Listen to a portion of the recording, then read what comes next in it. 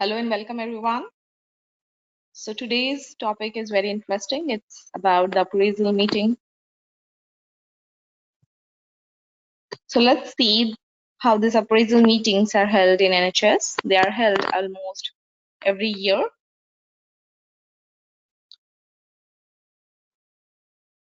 And the main thing that's seen is ask not what your trainee can do for you, but ask what you can do for your trainee. So that's the main motto.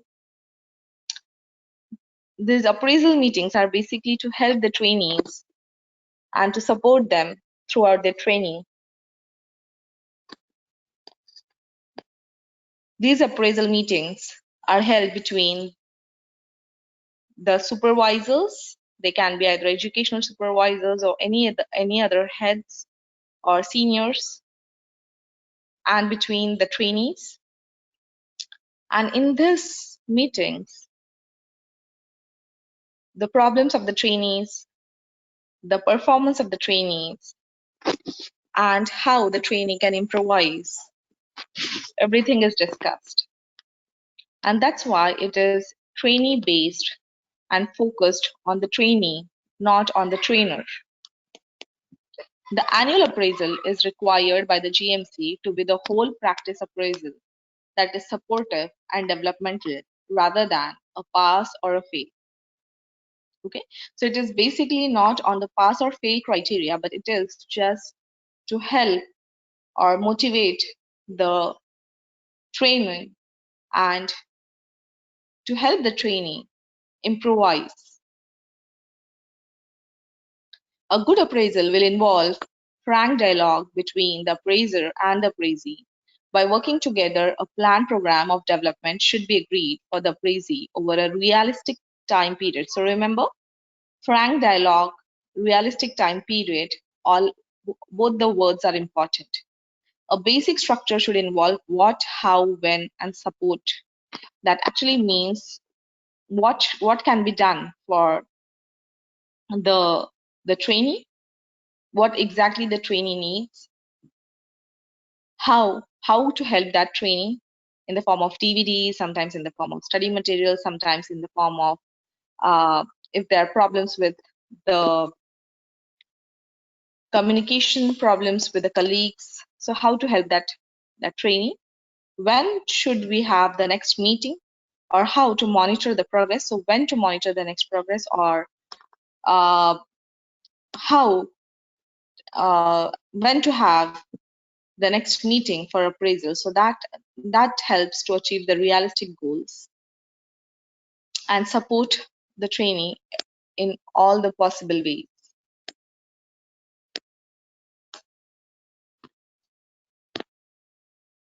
Now, the key to efficient learning and development is good, effective appraisal, and this requires a sophisticated educational supervision. So, what are the rules for holistic educational supervision? They are to consider the person as a whole. So you cannot just see whether how to have to just consider the end goals. That actually means that if a trainee wants to achieve some goals, so for example, uh, the trainee has to be really good in some surgery, then we should be seeing on how much the person is interested in that, whether the person is getting the appropriate patients, and what is the time that is required, whether the type of duty that the trainee is doing, whether the surgery is going to be involved more in those timings, and everything, almost everything. So whether the trainee is appropriately trained for the other surgeries, which are minor ones. So exactly in the same way. So you have to consider the whole person. You have to see whether the person is going through any problems. So everything needs to be considered, set out to motive, instill the confidence, encourage the active participation, set clear learning objectives that are achievable and relevant, encourage troubleshooting, realize early when goals are not met and identify why, identify and address the personal issues early, and if you find appropriate ongoing support, is needed or not. Okay, so basically give all the support that is needed to the trainee from all the different ways. What is setting objectives? It is important to set the clear and realistic objectives within the appraisal that motivate and not discourage. So remember that everything that you are setting should be encouraging, shouldn't put on pressures on the trainee. However, it is important to avoid restricting learning. So basically what happens is the trainees have a syllabus, what we are learning in MRCOG, and they should be good with all the surgeries that we are learning in this MRCOG. So they are taught all this, and they should be ready with the syllabus before the assessment, right? So, but they shouldn't be restricting. The learning shouldn't be restricted to the syllabus, and if they want to explore something else, they should be encouraged to do so. There are 5 characteristics when setting the objectives. What are they? The goals that are relevant to the postgraduate training that should be seen. Second is the clear description of the knowledge, skills, and attitudes is required. How the progress will be measured, that should be discussed. Resources, what are needed for setting the objectives, and the time frame of achievement. So these 5 things are important while setting any objective.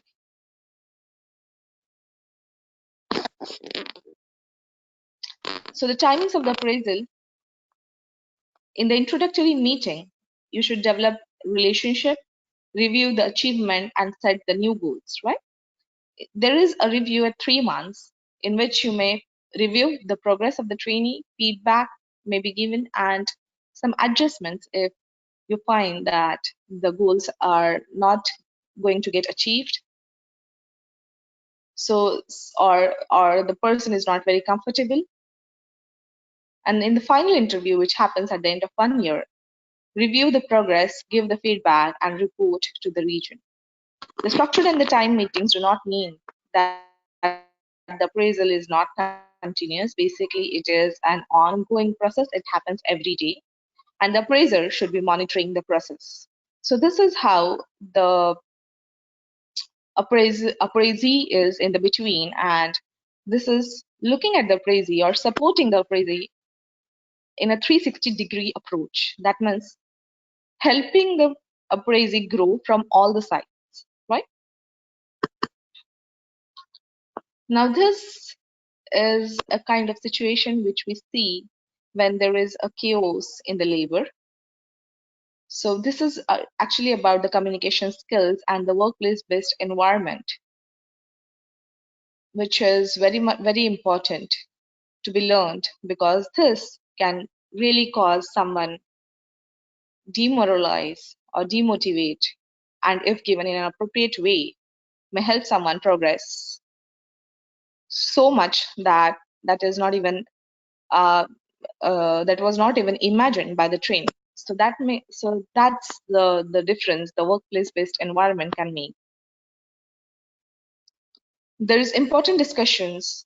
This important discussion should not be delayed until an appraisal meeting. So, if, for example, the person is going through something uh, really bad, or the person has been a part of an incident which involves the negligence. In such cases, important discussion shouldn't be delayed until the appraisal meeting, which it should be held as soon as possible. If concerns are raised, issues should be addressed promptly.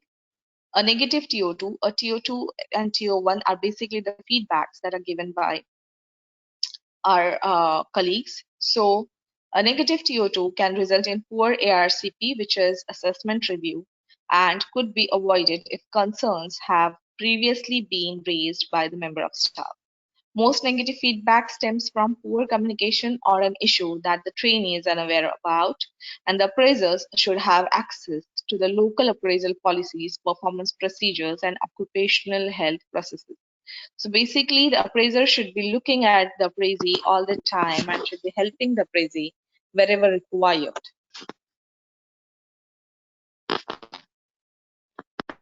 So remember what is appraisal and what is assessments. There is a difference in that. Appraisal is learning informally. It primarily is intended for the appraisee.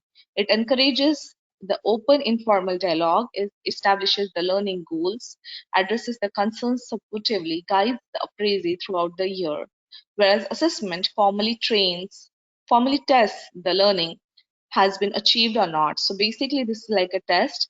This test it tests the competencies that have been made against the predetermined standards required for the safe practice and the license to work in the form of ARCP, which is an exit interview. While the appraisal actively works to achieve the competency, the assessment tests to see if the competency has been achieved or not. So basically, appraisal is a learning process and assessment is the test. So this is how the appraisal looks like someone is watching us all the time. But if taken or if it is done in an appropriate way, it may really help people grow. Now, providing a feedback is really important. But it's really important to have proper words when you give feedback to someone. So a feedback needs to be phrased positively to allow the appraisee to have confidence in their abilities. The key point is to be interactive, constructive, and specific. Both the appraisee and the appraiser should not blame but concentrate on improving the things. And if there are major concerns, they should be addressed early and advice should be sought from other sources if appropriate. Now, confidentiality is really very important, but if there is patient safety or appraisee welfare, both are paramount. And if there's any breach in that, then sometimes you may just have to breach the confidentiality too. Now, remember, feedback has to be something which should be motivating and should be given only when and where required. So a feedback should involve the good things at first. It should involve the things that could be done better, not the bad things, the things that could be done better in the middle. And it should end with how to improvise things. So the methods to improvise the things that could have been done better. Okay, so that is the sandwich form in which the feedback, if given appropriately, can really help someone grow, and if not given appropriately, can really help demoralize the person. Okay, an approach to learning and teaching. So this is basically to see, you have to see what the appraisee wants, you have to see what the appraiser wants, and then a feedback should be taken, then positive outcome should be there, and this will always help the improvement, or there is a scope of improvement in such kind of dialogues. So the person should be telling, the appraiser should be asking the appraisee what the appraisee has done good. Then he should be asking what could have been done better, and then the appraiser can have his thoughts on both the things. Now, the limitations of appraisal must be acknowledged. A development plan will not succeed if it is treated as a paper exercise. So, of course, nothing should be on the papers only. It should be exercised properly for the improvement of the structure itself. The appraisal cannot overcome the deficiencies of a poor training program, and it works to maximize the effectiveness of a good program. Now, the interview structure involves, before the meeting, the appraisee.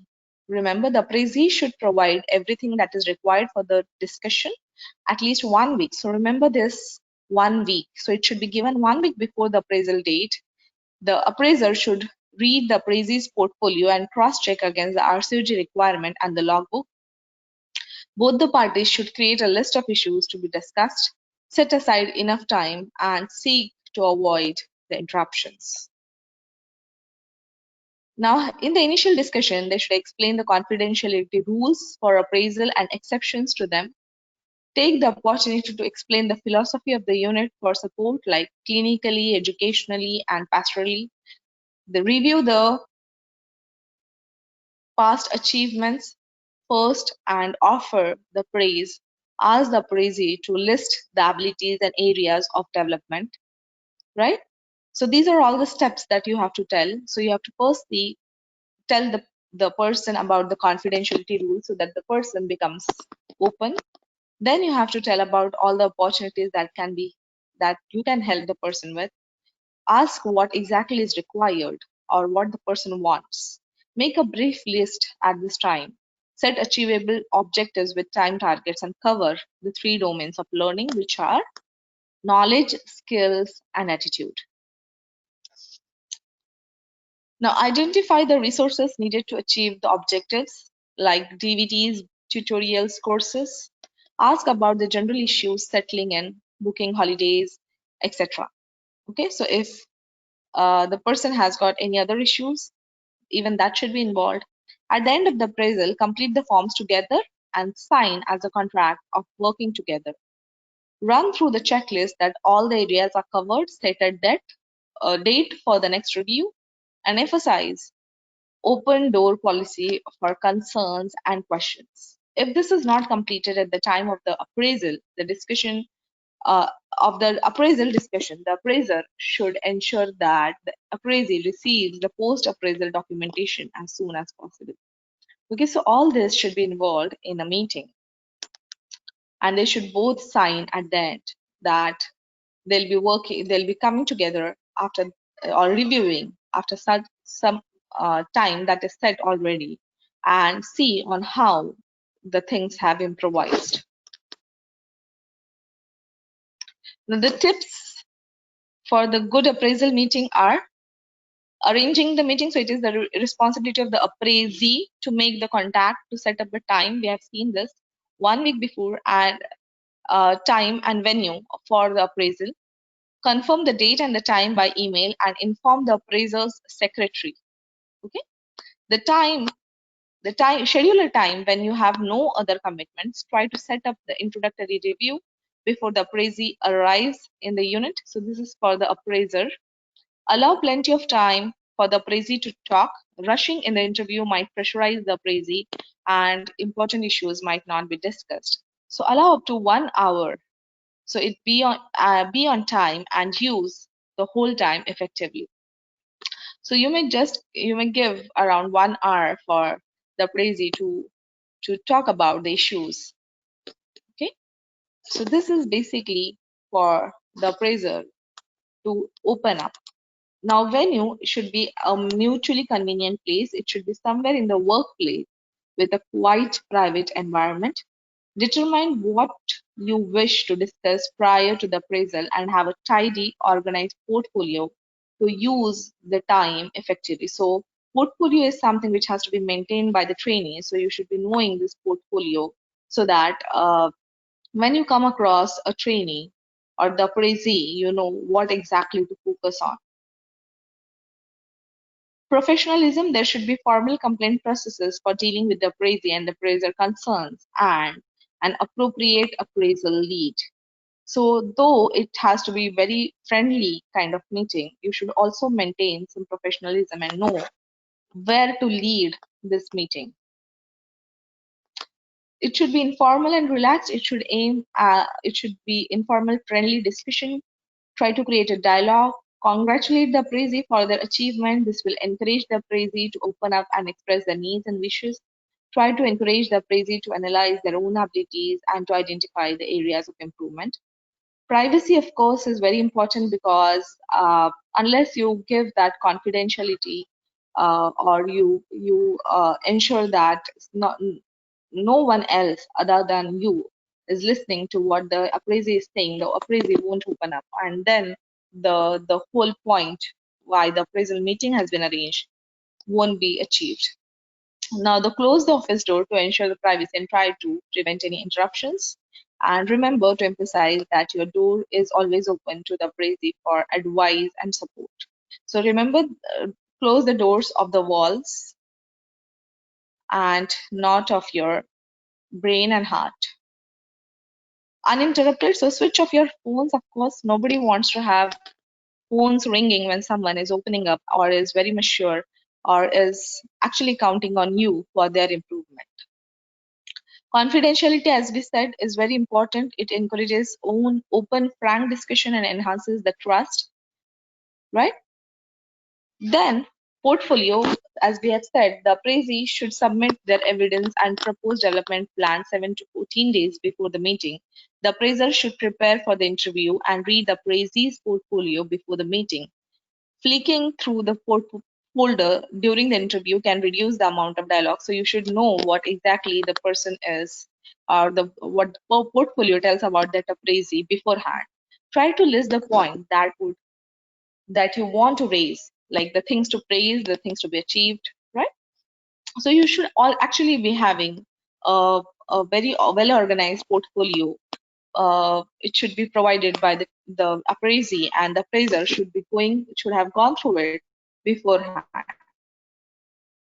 So this is about confidentiality. Is this not only important in the appraisal meeting? It is very, very important in the workplace-based environment, and it is also very important in our personal lives. And that's why I've given a specific slide to it. Appraisal sheet. The appraisal has to be documented, but it is best to make the formatted sheets the record and not focus on the interview. Okay. Too much of focus on the sheet can inhibit the discussion. Use it as a checklist at the end and complete it at that point. The appraiser and the appraisee can write out the little agendas to ensure everything they wish to discuss is covered or not. So you should have a sheet and you should have things written on it, but shouldn't be coming in your dialogues. Outside activities, the appraiser has the pastoral role, so it is good to ask the appraisee about the outside activities, encourage play and rest, and check about the holidays, outside interests. So basically, be friendly as much as possible. Sincerity, go into the interview with appraisee's needs in mind, show concerns, offer praise and support, and prioritize the appraisee's needs. Now, what is active learning? Active learning is helping this appraisee to learn in the form of running an SHO tutorial, writing the patient information leaflet, producing a guideline, undertaking an audit, undertaking a research, organizing a study meeting, or writing a review article. So all this is going to support uh, or improve the trainee skills and also the knowledge. So you may support the trainee in all these forms.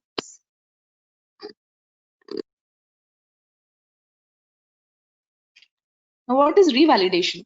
This is a process of relicensing that allows continuation in the clinical practice. This applies to all the doctors, specialty trainees, and the certified specialists. So it is actually like the renewals of the registrations that we have to do with our uh, with our boards, right?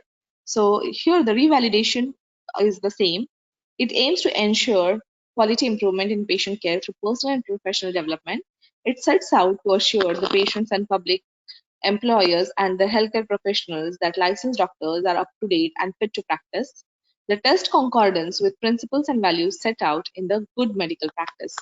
Evaluate revalidation portfolio of supporting information over a 5-year cycle. So revalidation is done once in 5 years. So in a 5-year cycle of revalidation, the appraisal is done around 5 times, right? Because appraisal is done every year. Now, what are the methods of appraisal? Each doctor should have appraisal each year, and there are 5 in each revalidation cycle we have just seen. It is the responsibility of the doctor to complete the portfolio and engage in the annual appraisal process. So what actually happens? Let me give you a better look here. So here, description of the doctor's scope of work, then supporting information is given, a review of the last year's portfolio and summary of the appraisal.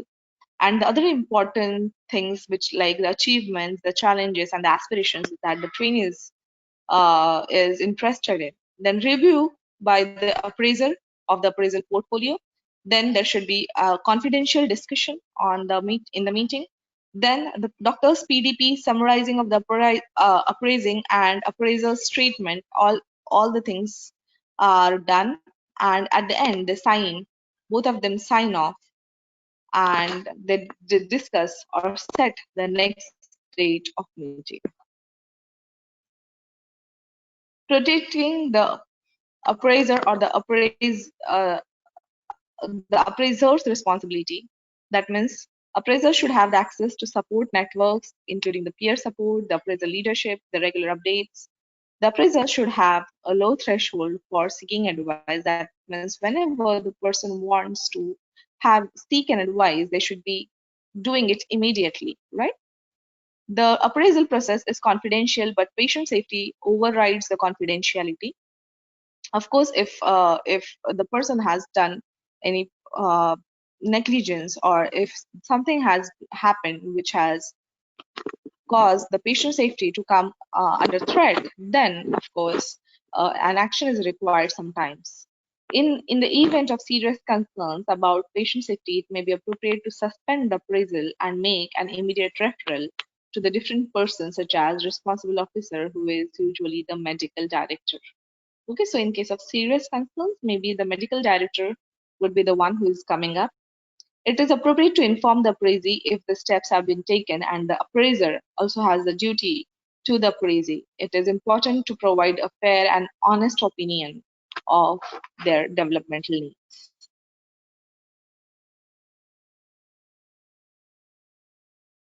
Now, this is what shouldn't be happening at the workplace, and there should be proper communication skills which can really help appraise anyone, because appraisal is actually a continuous process going on every day. Now, the trainer recognition process is a key component of the GMC's regulatory framework. It is designed to provide the assurance to the patients and others that the medical education training with the appropriate knowledge, skills, and behaviors. Now, the following represent the four key trainer roles recognized by GMC. So, all these can be used. These people are the people who can be the appraisers, right? So, the clinical supervisors, the coordinators for undergraduate training, educational supervisor, lead coordinators for each lead educational providers. So, all these people can be the appraisers and help the trainee in their appraisal meeting. So this is what we don't want in the first, in the people above. They're frustrated. So if things don't go in a normal way, or if they're not appraised, or if we don't have these appraisal meetings, we don't know how to help these doctors, and then the frustration comes up. What we want is the doctors in this way, and that's why have a proper appraisal meeting, give appropriate feedbacks, achieve the goals. And this is, of course, going to help them in their assessment, which is ARCP, right? So that's all for you guys. Thank you very much.